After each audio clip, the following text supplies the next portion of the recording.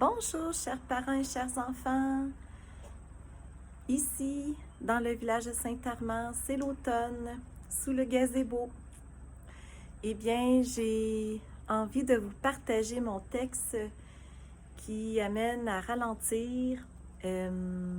C'était le pourquoi ralentir pour ses enfants et être une mère de la lenteur, comment on le vit au quotidien, comment on le vit avec ses enfants.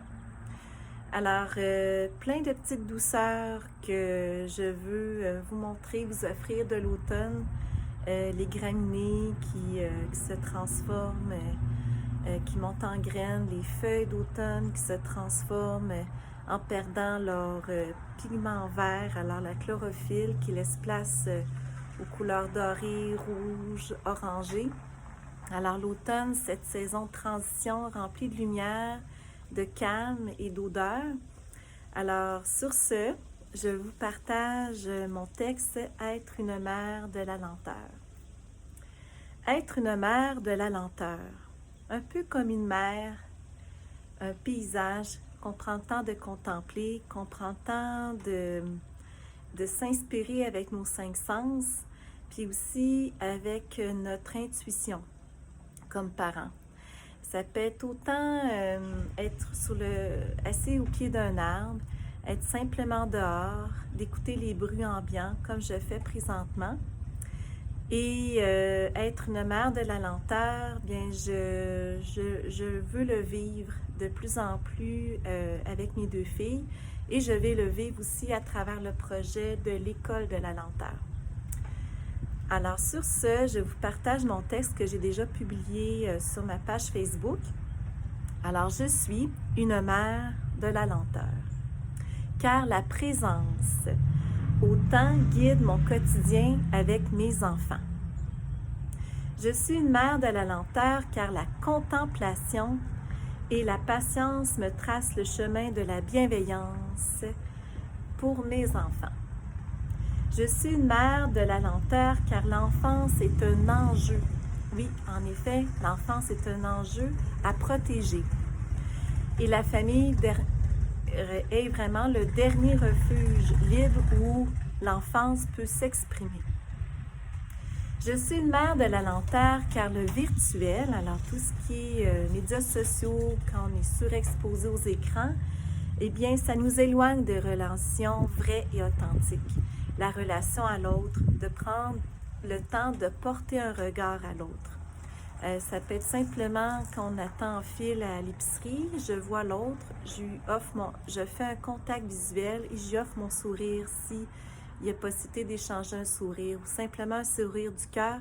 Je porte une attention à l'autre qui, des fois, ouvre à des belles conversations qui sont toutes simples, mais qui peuvent faire la différence dans une journée. Ensuite, je suis une mère de la lenteur car la surperformance est une quête infinie sans but. Aller plus vite dans un rythme d'accélération sans nécessairement comprendre nos actions. Alors, moi, je vous fais une petite parenthèse, je m'inspire souvent mes vidéos à travers le moment que je fais la vaisselle. Parce que quand je fais ma vaisselle, j'ai vu sur ma cour, alors je vois la nature, je vois mes chats, je vois des oiseaux, je vois des papillons. Alors, je fais ma vaisselle, j'ai une chance d'être dans la contemplation. Et c'est là souvent que je m'inspire mes idées pour faire mes vidéos. Ensuite, je suis une mère de la lenteur car la douceur maternelle, oui, la douceur maternelle, le lien affectif avec son enfant, puis la douceur maternelle, on peut parler de douceur paternelle, on peut parler de douceur des grands-parents. Alors, cette douceur qu'on offre aux enfants, elle est essentielle. La douceur maternelle est le remède de bien des maux de l'enfance. En effet, cet enfant qui a besoin de notre attention, de notre douceur. Je suis une mère de la lenteur car la beauté des mots des enfants est remplie d'amour et de rire. Alors cette spontanéité-là des mots que des fois les enfants nous disent, ce partage du cœur de l'enfant, ça nous reste à l'intérieur de nous. Moi, j'ai ma fille qui me dit « Tu peux compter sur moi, maman. » Et je lui dis, je peux compter sur toi. Fait qu'on a cet échange de confiance qu'on s'exprime à l'une à l'autre. Je trouve ça très mignon, ces expressions, des fois que ma petite fille de Laurence, de 3 ans, me partage. Ensuite, je suis une mère de la lenteur, tel un escargot qui porte la croissance de sa maison. Alors, l'escargot que j'ai ici, sa maison est une croissance, une spirale. Alors, la spirale, c'est une forme infinie qu'on peut faire grossir aussi longtemps qu'on veut. Puis c'est un mouvement, un cycle. Puis cette croissance-là que l'escargot porte sa maison sur son dos, et cette maison qui le construit, plus qu'il grandit, plus sa maison, il la construit. Alors, en fixant le calcaire, en tout cas, il y a une manière à l'escargot de construire sa coquille. Et ça se fait naturellement, justement, dans le quotidien. Et puis, ben, il laisse sa trace lentement et sûrement. En effet, l'escargot, c'est un mollusque, alors c'est un gastéropode. Alors, il marche sur son pied gluant, puis il laisse une trace, lentement et sûrement. Il trace son chemin. Puis ça a une belle signification, je trouve, parce que, tu sais, après la pluie, souvent, le soleil revient, puis on voit la faune revenir, on voit le microcosmos reprendre vie. Les vers de terre viennent chercher les feuilles d'automne, l'escargot qui sort parce que là, s'il y a plus d'humidité. Ça, c'est des belles transformations. Puis c'est cette lenteur-là qui est beau à observer, je trouve.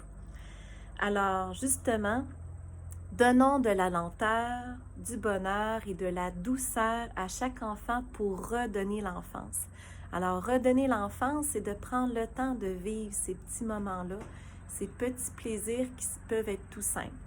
Alors, donner de la douceur en chatouillant avec un graminé, observer des feuilles d'automne, voir les différents dessins qu'on peut retrouver dans une feuille, les nervures, les couleurs, chaque feuille d'automne qui est unique dans son dessin de couleurs chaudes. Une petite chanson de l'escargot que je vais vous chanter à l'instant en guise de conclusion. Alors, cette vidéo remplie de douceur et de lenteur, je suis une mère de la lenteur. Vous, comment vivez-vous votre parentalité? Alors, être papa de la lenteur, être maman de la lenteur, être un adulte de la lenteur, être un grand-parent de la lenteur, comment vous le vivez? Alors, c'est souvent, je trouve que l'automne nous ramène dans cette transformation-là. Alors, une petite chanson de l'escargot. Coucou! Avec ma petite tête d'escargot souriant. Alors, on y va.